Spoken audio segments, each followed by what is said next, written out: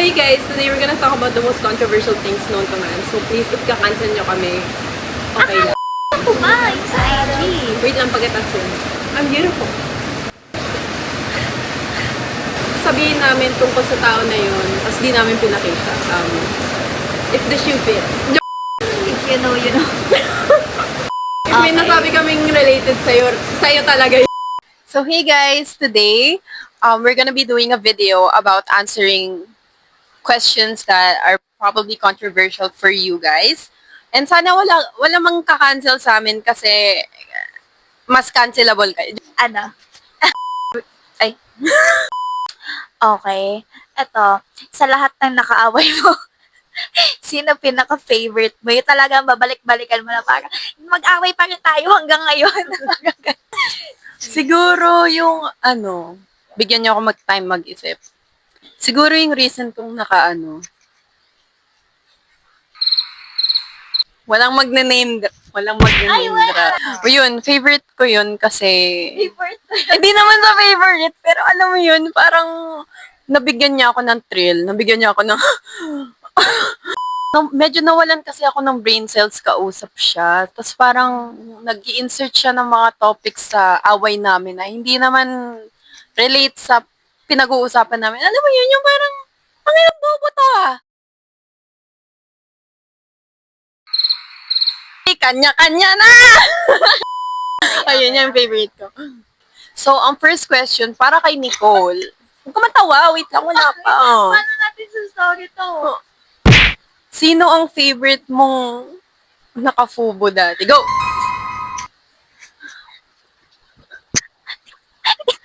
I believe Kahit letter. And why? Explain why. Akala mo ang dami eh, hindi naman. Feeling ko si ano na, si M na lang. Kasi yun talaga, walang emotional attachment. Though, ang pangit lang sa kanya kasi, pagka, wala siyang pakain.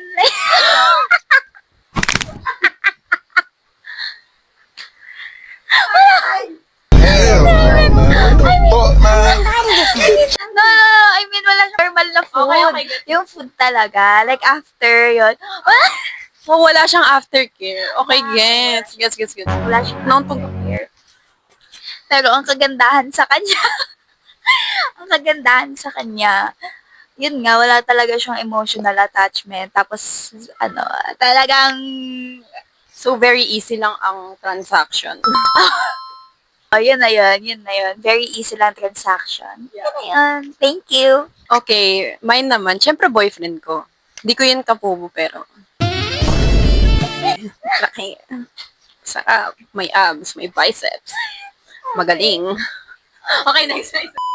Next question for Nicole mainly. Who's your greatest love and when and why? My greatest love, si letter J. Ano lang siya, recent lang siya. Pero like, masasabi kong siya na lang yung greatest love ko kasi ang daming hindrance. Kasi pag in-explain ko pa to, mga ilang oras tayo dito. Ang greatest love ko naman ngayon is, syempre, yung boyfriend ko. Angelo Gusto, shoutout sa'yo. Ang greatest love ko ngayon, syempre, ang boyfriend ko, walang tatalo dyan. Napakabait, napakasarap, May isang guy na talagang isa to sa ex ko. Pero hindi naman sa gusto ko siyang balikan. Pero alam mo yung feeling na talagang out of all the men na dumating sa buhay mo, siya yung pinaka-kabisado ka. Alam mo yun, wala pa akong sinasabi, alam niya na agad kung ano yung kailangan ko, kung ano yung gusto ko. Alam niya yung facial expression ko, like, basta ate. Ito kasing ex na tinutukoy niya na napakabait. Ito kasi cheater to eh. Then napakabait ng mabait talaga yung ex niya na yun. Nakilala ko na rin yun. Ganun. Nakita ko na rin kung paano niya taruin si Nicole. Hanggang ngayon, mabait pa rin siya kay Nicole. Walang hatred na nag-build up sa puso niya. Ganun. At saka siya yung tipo ng lalaking pag may problema ka, solusyon.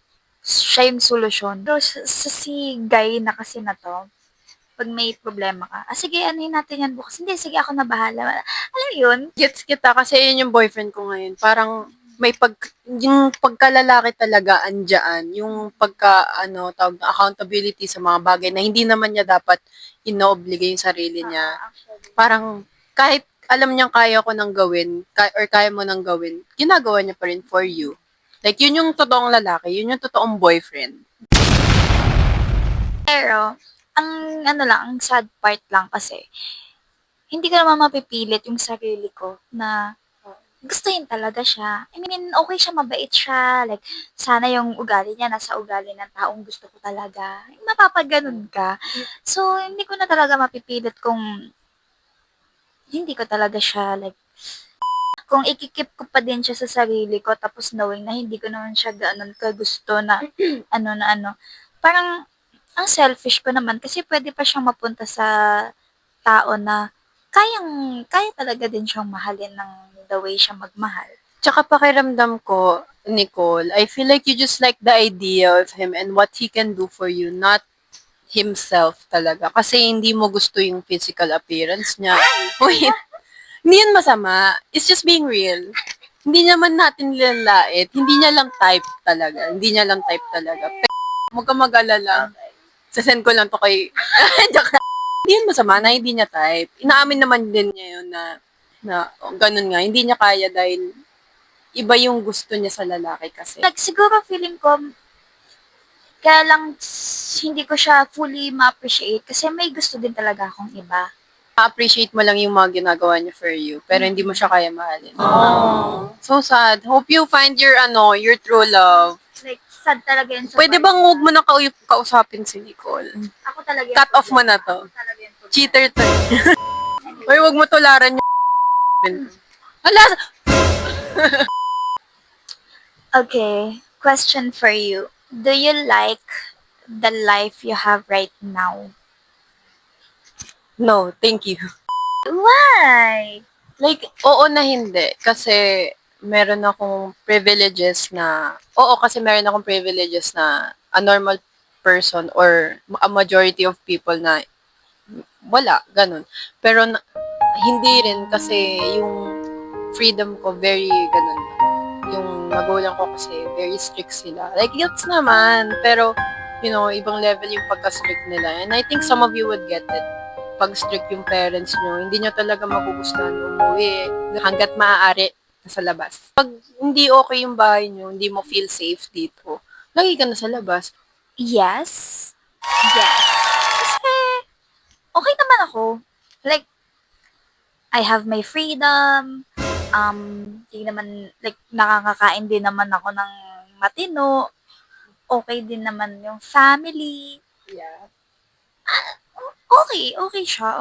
Wala, for now, wala naman akong problema. Tsaka siguro sa career, kasi sa career, pa lang ako, nagsistart pa lang ako eh.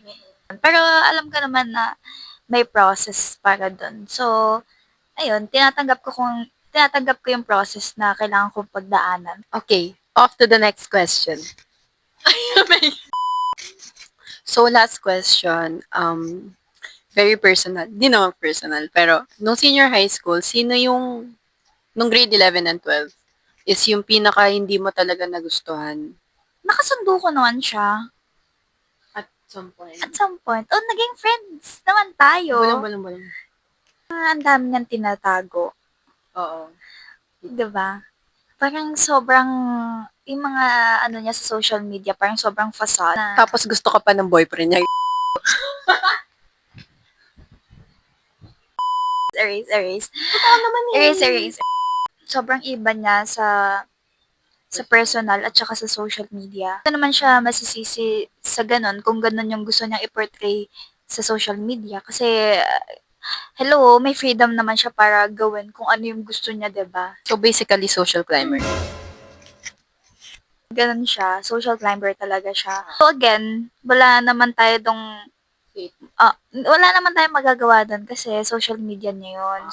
Mabait siya, mapagbigay siya, pero may mga times talaga na off talaga yung vibe na Parang hindi mo alam kung nagsasabi pa 'to ng totoo or Kasi based sa mga kwento ng ibang tao, ang sinasabi ng babaeng yun sa amin or to anybody, malalaman mo na lang sa ibang tao na hindi pala yun totoo. Parang, kunyari sinasabi niya na, best friend kita, syempre hindi kita isi-shit talk sa likod mo, ganun.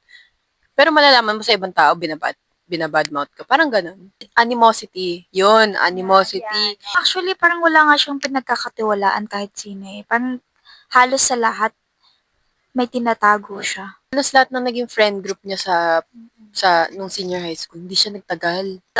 Siya din yung nagkakalat ng mga issues ng mga kung sino-sino man. Ganon. Basically, she's a walking controversy. We're not saying naman na lahat ng sinasabi niya is hindi totoo. Parang most of it lang. Okay, so for me naman, ang pinaka-ayaw ko naman nung buong senior high school, ayaw ko sa kanya dahil, one, eto, may dalawa ata akong reason. One, it's lagi siyang hingi ng baon ko. If I want my food to be mine, di ako mag-aalok. Pero pag gusto ko magbigay, mag-aalok ako. Pero kasi siya, hindi siya nang hingi. Like, why do you go to school hungry as hell? Nasasanay din kasi siya kasi minsan ito ayaw niya ng baon niya so pinapamigay niya. So siguro I feel like itong taong to nasanay na lang din na may binibigay sa kanya. Don't assume unless stated. Parang ganon. Kasi kung may class kang tao, hindi ka hihingi ng hihingi. Hihintayin mong bigyan ka. Kung hindi ka binigyan, wag na, tama na. Isa pa, yung isa naming friend, may parang problema siya sa isa naming kaklase. Yung girl na ayaw ko, may problema kasi yung friend ko sa isa naming kaklase.